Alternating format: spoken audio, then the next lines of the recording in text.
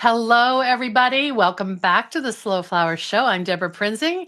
I'm so happy to welcome Marley Surena-Llorens of Fenimore and Rutland as my special guest today. Hi, Marley. Hi, Deborah.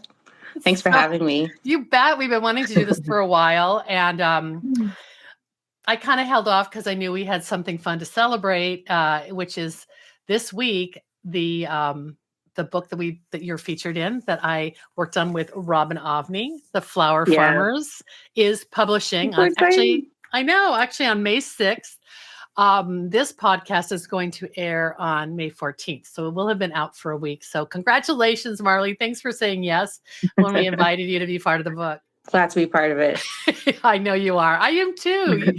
It wasn't like just a breeze. I mean, you had to invest time in 2 interviews and working on the photography. And so we're just so grateful that you're featured in Yeah, the book. Thank you. it was very interesting. I definitely learned about the book process, about your process a little bit, and the lead time and the great effort that you went into really just taking the time out to learn more about my story. But beautiful book. Yeah. Congratulations. It's Thank you. fantastic. I've enjoyed reading it and learning about other farmers and their stories. Yeah. And you probably knew some of the folks in the book because through other farmer Some. gatherings. Yeah. Hmm. Maybe more East Coast. Yeah, some. True confession, we are a little bit more West Coast, Northwest oriented, but you're representing and you're based in Allentown, Pennsylvania. Allentown, as you said, is outside of Yeah. Philadelphia. Yeah. So I think the reason this all came together is that we met at an ASCFG conference. It was still kind of COVID. Right. And It was. we just found ourselves sitting together at a lunch or something like that. And I was so intrigued. I think I knew of you.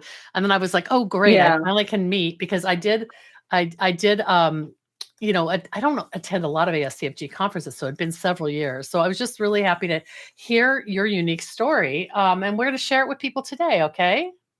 Yeah, sure. All righty. Sounds good. Yeah. So, Fenimore and Rutland is a unique name. And I thought maybe you could just tell everybody a little bit about your business and give us a snapshot of all the facets that you're doing under that umbrella. So Fenimore Rutland are the side streets of where I grew up in Brooklyn, New York, and I wanted to pay homage to my old neighborhood in Brooklyn. So Flatbush area, well, actually it's called Lefferts Gardens area now, but those, especially Rutland Road, it's a typical brownstone, New York brownstone, and they also have like a little tiny row of Tudor homes. But I always remembered how like some of the stoops were just covered in flowers. And then also we lived nearby Brooklyn Botanical Garden, so that was a huge influence, and we had a really big park nearby.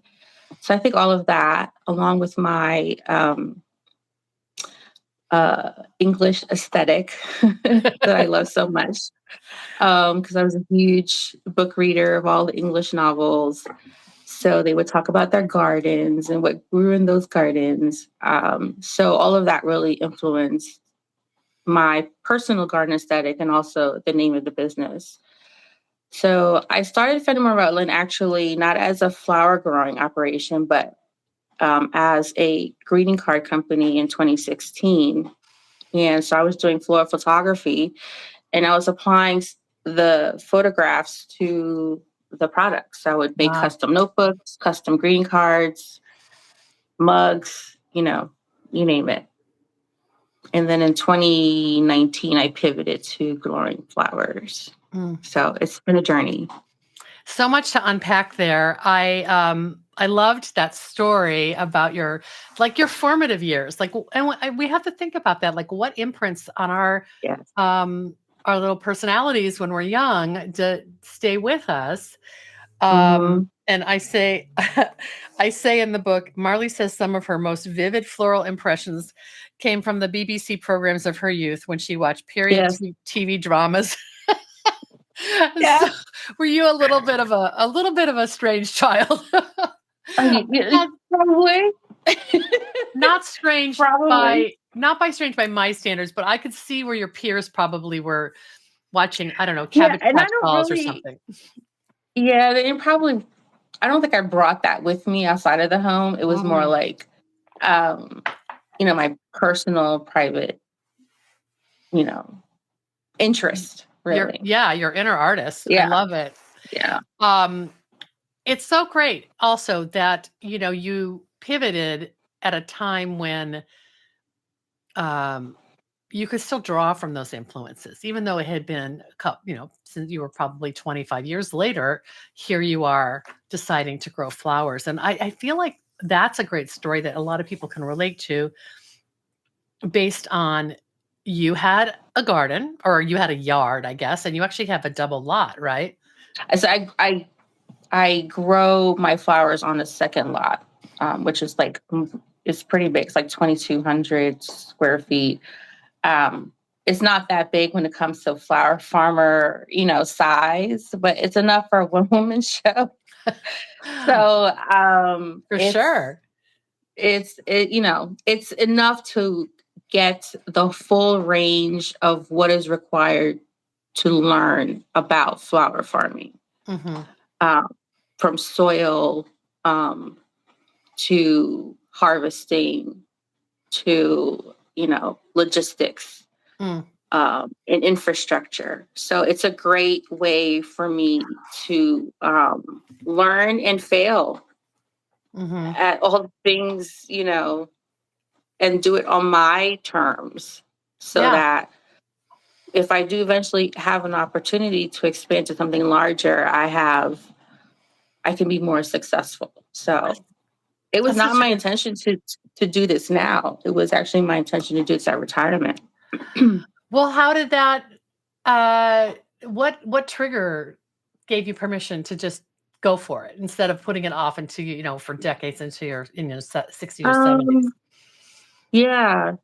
So I think it was just a why not, Mhm. um, kind of question. Like, why wouldn't I start now? Um, it, I think that I have the space to do it. Yeah. Um, and fortunately, the family wasn't using the side yard so much. Kids were older, so um, I was able to transform it into what it is now, and with their help. But I feel like, thank goodness, because I think this would have been truly overwhelming, um, with the transition at retirement to try to do all this stuff. So, For sure. you Yeah. know, yeah, because it's like it takes about 5 years to kind of like figure things out. So, did you start about 5 it was right before COVID, wasn't it? It 2019 was or literally right before, like the wow. fall of 2019, I was putting in tulips for the next spring. And I love I it. was, creating beds literally November of 2019. And December of 2019, I sold off the rest of my stock from the other business. And January, I was crop planning to figure out what to do for spring of 2020. And then We know what I think it happened. was what? Yeah, exactly. Um, but this is all because you're doing it on such a small scale. It's almost like a beta. Like you're trying to grow a little bit of everything to see what you like and what. Or did you have a specific when you did that crop planning? Did you say, I know you do a lot of perennials, I so you're just going had to go perennials? no, yeah, I had no clue what I was doing. None. And so I just thought, okay, let me just grow flowers that would look nice in a bouquet, right? Mhm. So, and also it has to do well for this region. Yeah. So, and my favorite season is spring flowers. So, what will look nice in the spring flower bouquet? And so, of course, tulips, double daffodils, anything was double, ranunculus, and then whatever. Yeah. And She had you at that, doubles.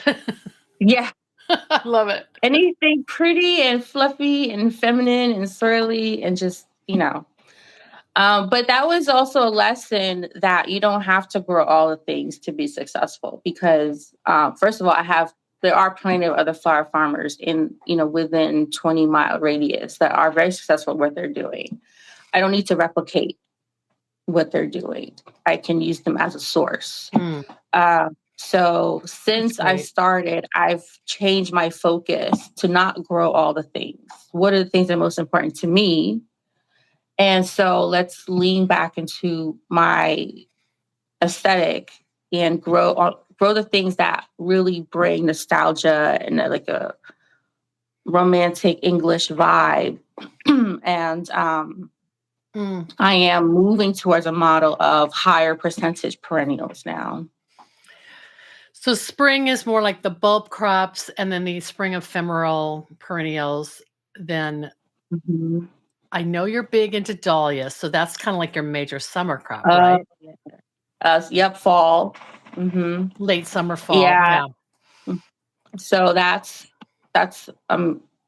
is interesting because this year is the first year I overwintered the dahlias. And I didn't know you could do that on the East Coast. Right? Are you using raised beds or just straight in the ground? Raised beds. Yeah. Okay, so that helps. So it's raised. It's not like raised, but mounded. It's yeah.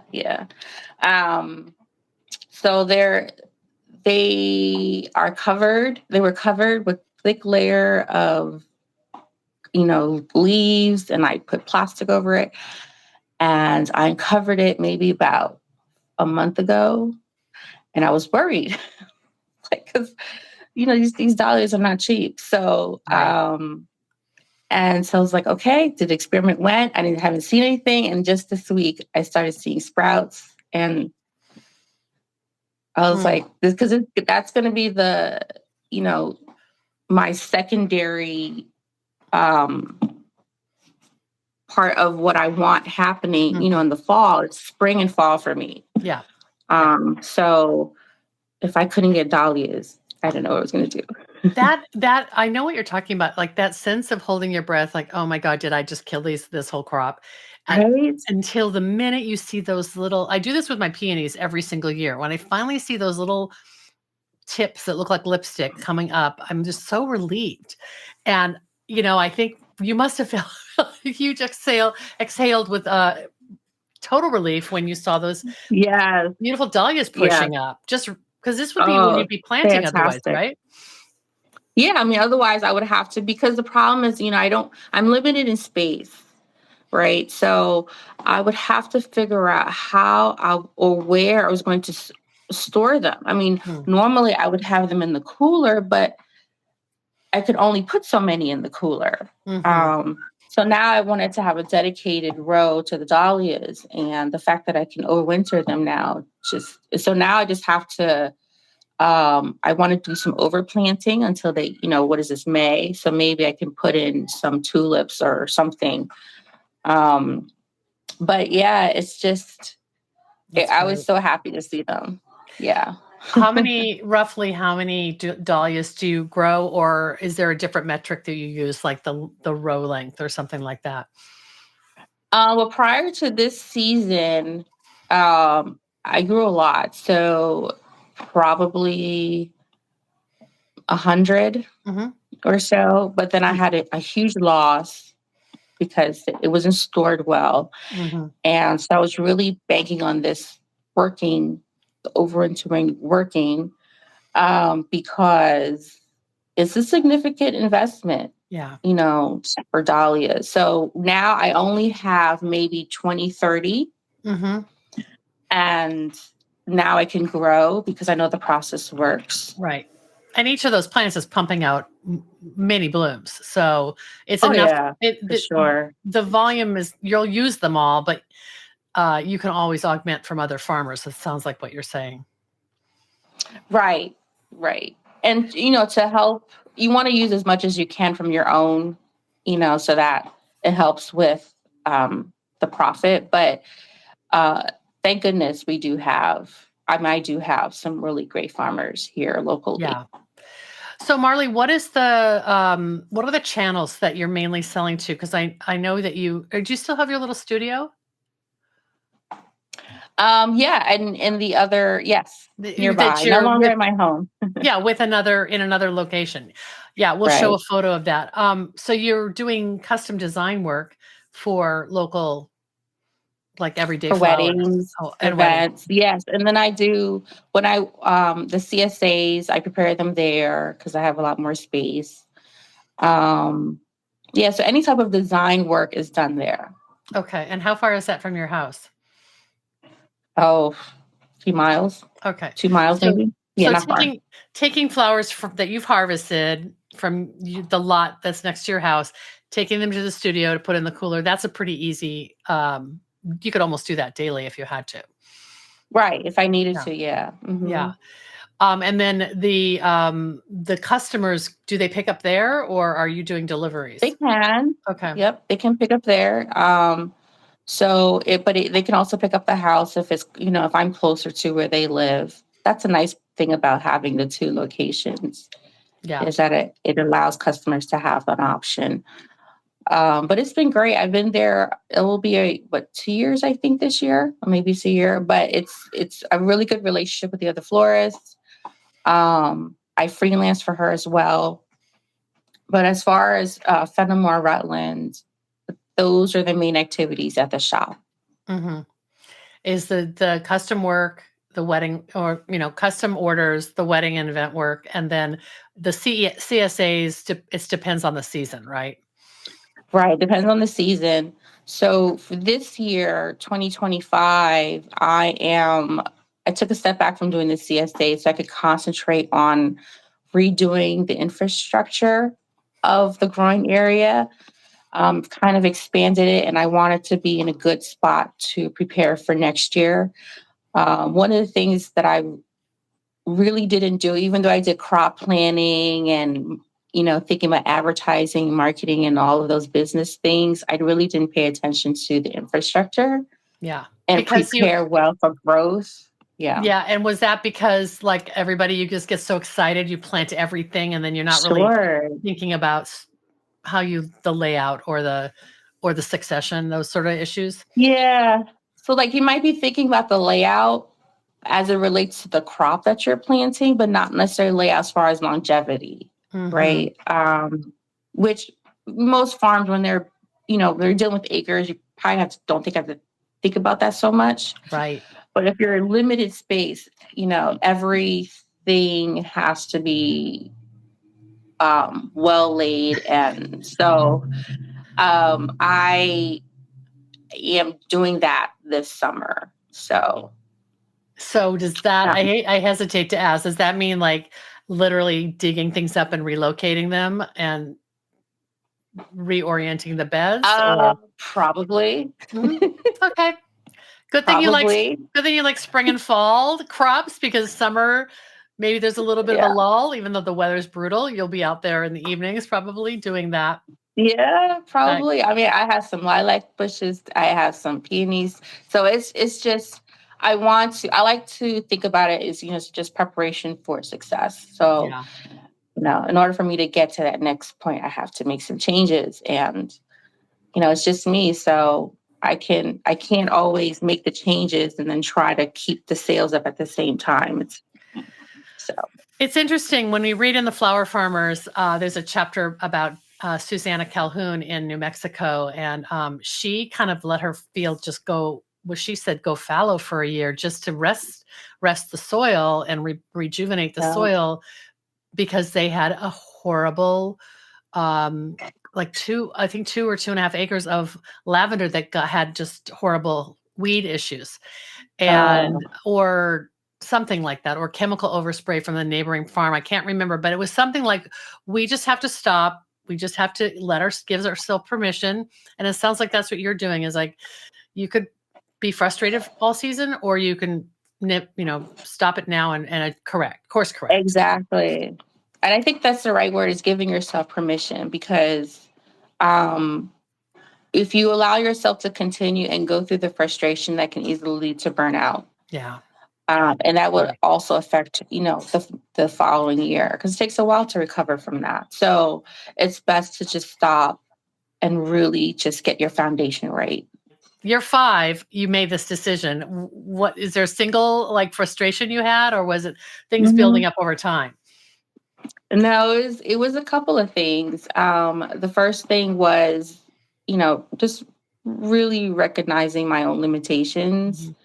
I have to do things with the idea that it is just me, Yeah. right? Let's start from that perspective. Even if I have part-time help or, family help, I have to recognize that it is just me. And so when I start from that, what are the tools that I need to make it easier for me? Mhm. Okay. And then how can I have things set up so that it's easier for me? Do I want the compost pile way over there? Do I want it closer? What do I do with the rows? They were previously uh, all just weeds, and I can't waste time doing that. Well, I'm putting down plastic, so like it's just things I have to think about, and I have to not worry what other people are going to think about that because it Their is just critique me. or whatever. Yeah, exactly. Everybody has to do it their own way. Well, Yeah. congratulations. I also think you have I don't want to say the luxury, but you have a situation where you're self-funding and you're doing it because you have a full-time career, Right. and this is something you're doing. You're kind of sandwiching in the free moments, if anybody has free moments, especially moms. So I take that maybe that takes a little bit of financial pressure off of you. The Absolutely. the farm doesn't Yeah. have to pay all the bills this year. Absolutely. I Yeah. would be making totally different decisions if, of course, I had to rely on the farm for a majority of my income. And I think that's probably the other reason why I started before full retirement is because I didn't want to be worrying about that at year one. Mm-hmm. Um, No, but people do it, but it's not recommended. Yeah. they can do it, and because they may have already other things in place for them. Mm-hmm. And I don't have that. So let's build. So how can I build? I can build my customer base, I can build my resource base, my infrastructure. So that when that time comes, you know, it's not gonna be so crushing. Yeah, for sure.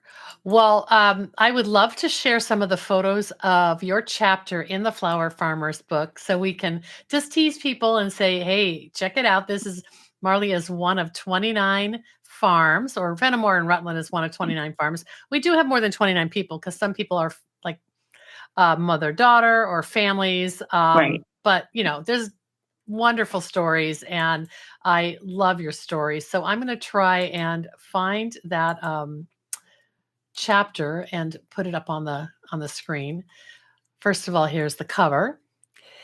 And I'm sorry, folks, it's not 2 pages up. For some reason, we couldn't get that. So I'm just going to scroll through here and I'll jump to Marley's page. But here's the table of contents, and you can see how it's organized by region. And east northeast is the opening chapter, and here's Fenimore and Rutland right here. There's 6 farms in the east northeast. So I'm really thrilled that that you said yes, Marley, and I'm going to just jump ahead to your page. So here's the opening page, Allentown, Pennsylvania. We tell everybody where the farm is, the owner.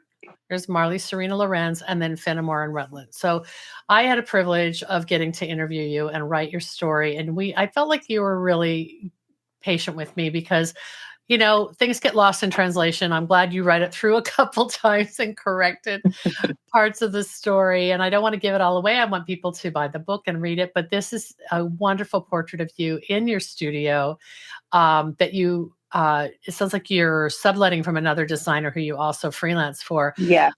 How does that space work for you? Because it looks like you've got it set up for with all your rentals and things that your accessories that you're needing for, especially for wedding Yeah. fun. It is 100 square feet of space. It is so tiny, but that's really all I need right now. I Okay. don't need any more than that. So the other designer, she has her the rest of the area, of course. And then I have my cooler in the studio as well. So it works out beautifully. Wow. What is is it like a front door cooler or is it a built-in cooler? It's a front door cooler. Mm-hmm. That's Yeah. great. So we have there's two coolers in that back area. So we have plenty of room for flowers. So yeah, that's the space that I use. Sometimes I'm able to use, the other tables if I need to, but that It is works like for you. perfect. I Hmm. love it. I love it. And then we are pivoting over to show some of the garden photos. This is this photo and this photo.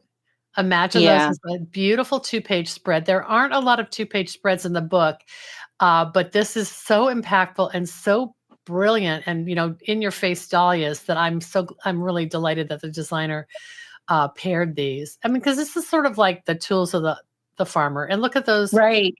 they're kind of well Right. used clippers.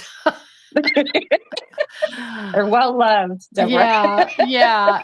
And then this is such a beautiful portrait of you. Do you want to mention the photographer and how you work with her? Yes, Petra Summers. So she's in Bethlehem, Pennsylvania. She's an amazing photographer. She does events, and she also does lifestyle and commercial. Fantastic photographer.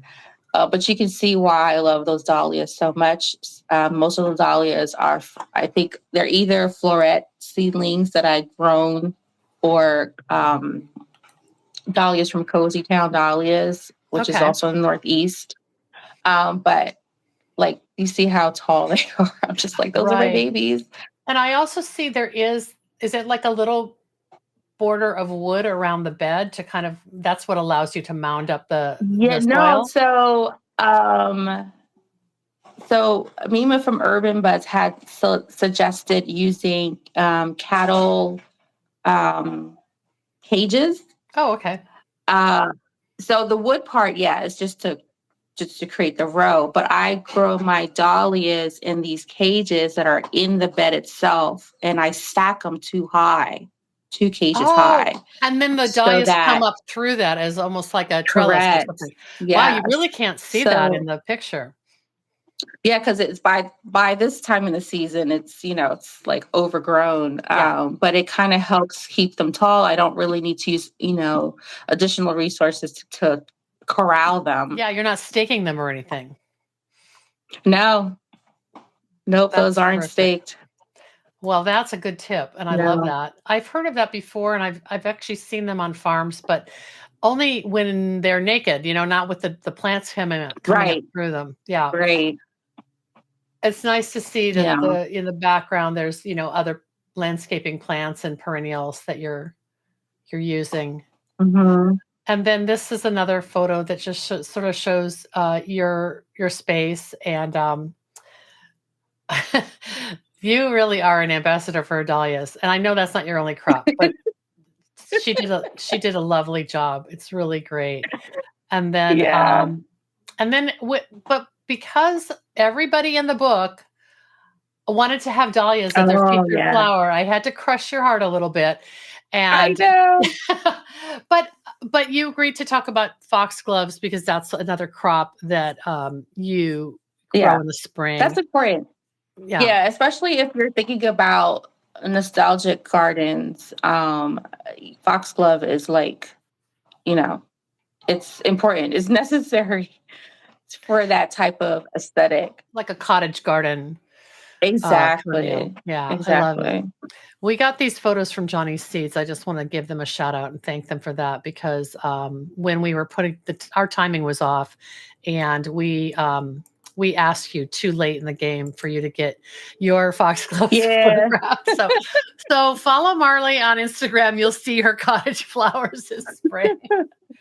Oh my gosh. Well, do you want to tell everybody a little bit about your path to flowers? And everyone has a story, and I love your story. Um, when you were a little girl in Brooklyn thinking about English historical gardens, I know you probably didn't envision yourself ever being a flower farmer, but Nope. the visual being a visual artist and doing photography, I think must have really influenced your decision to, well, yeah, I'm photographing these flowers. Why don't I grow them? I don't want to put words into your mouth, Yeah. but So I can't remember how old I was when I started doing photography, but I think it was probably teenager. But it was okay. just, regular film camera, ancient Kodak, something. Um, but I feel like I started doing floral photography probably around 2010, 2009, 2010. Mhm, So I was going into the coolers at the local floral shop. If they let me go into the cooler, picking what I want, and then trying to arrange something nice, and then take a photo of it, and then eventually um, just trying to do something more artistic mhm, instead of shooting straight on. I learned that I liked it. I like my photos to be either mostly dark and moody. mhm. So that led to is what eventually led to Fenimore Rutland and realizing like, oh, okay, I really love macro floral photography. Okay, I like that. What can I put these pretty photos on? And then it became, you know what? I'm not feeling 100% fulfilled with just creating the product. I want to grow the flowers. Yeah. And that became the thing for me, just Mm, growing the flowers and being able to just see something grow from seed is so satisfying. yeah. I love it. That's so great. And you, I think back to your point about taking your time and kind of growing your business organically. You have experimented a lot, and now you've sort of landed on the recipe that works for you, or that will work for you, I guess, for the next phase of this business, and maybe until That's a you good way to put it. truly decide to. You're young. Yeah. You're not going to. I mean, I'd like you to retire so you can farm full time, but I mean, I don't want to put you in that situation because you've still got a daughter at home, right? Yeah. That's um, okay. We can speak it into existence. So, mm, that's all right. I would love mhm, to retire mm. and, do this full time. That would be awesome. How is it? Is it possible because did COVID play a part in that too? Because you were working remotely and you could be close to your backyard while you were taking lunch breaks or coffee breaks, or Yeah, yeah, that's I wonder. exactly it. I don't Yeah. think I would have been able to do that had I been still in the office. I mean, certainly COVID, everybody is at home, but I've been home for a long time, been Oh, working from home okay. for a long time. Oh, okay. So, Just the nature of your I'm setup. like steps away from anything I need to do out there. Mm, So that actually played in, that was a huge influence as to why I was able to do this now as opposed to later. mhm. Um, but I yeah, love it. it's been great. I mean, it's hard for sure. I worry about you. Like, how many hours a day are you on, and how little do you sleep? Well, okay. So I did have some burnout in 2023 when I was trying to juggle all the balls. And 'cause at that time I was trying to finish my master's and um, Wow. do some other things. Uh, but I feel like because I'm taking a pause, and part of the pause is a wellness journey that I'm on right now. So, which means mental, physical, emotional, spiritual, all of that, right? Um, 'Cause like I said, foundation is important, not just your soil foundation, but your body. So um, this pause that I'm taking is just making sure that everything is where it needs to be. Mm.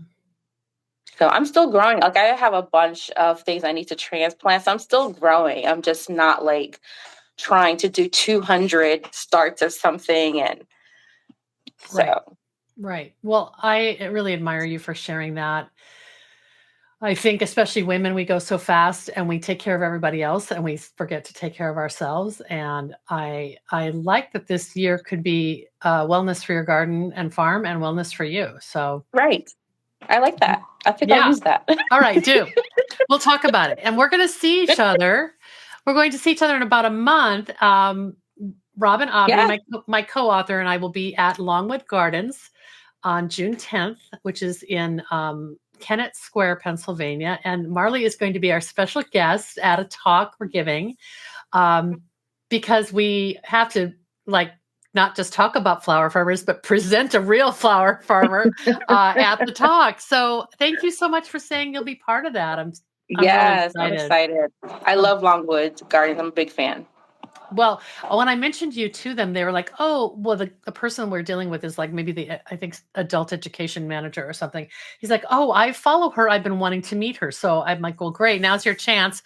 Make a new friend because I don't live here. Marley does, and she can come back and teach. So absolutely. Great. Well, that'll be really fun. And we'll share those details in our show notes so people can, I think there is a small ticket price to get in and come to the lecture, but we'll do book signings. Marley will sign her page.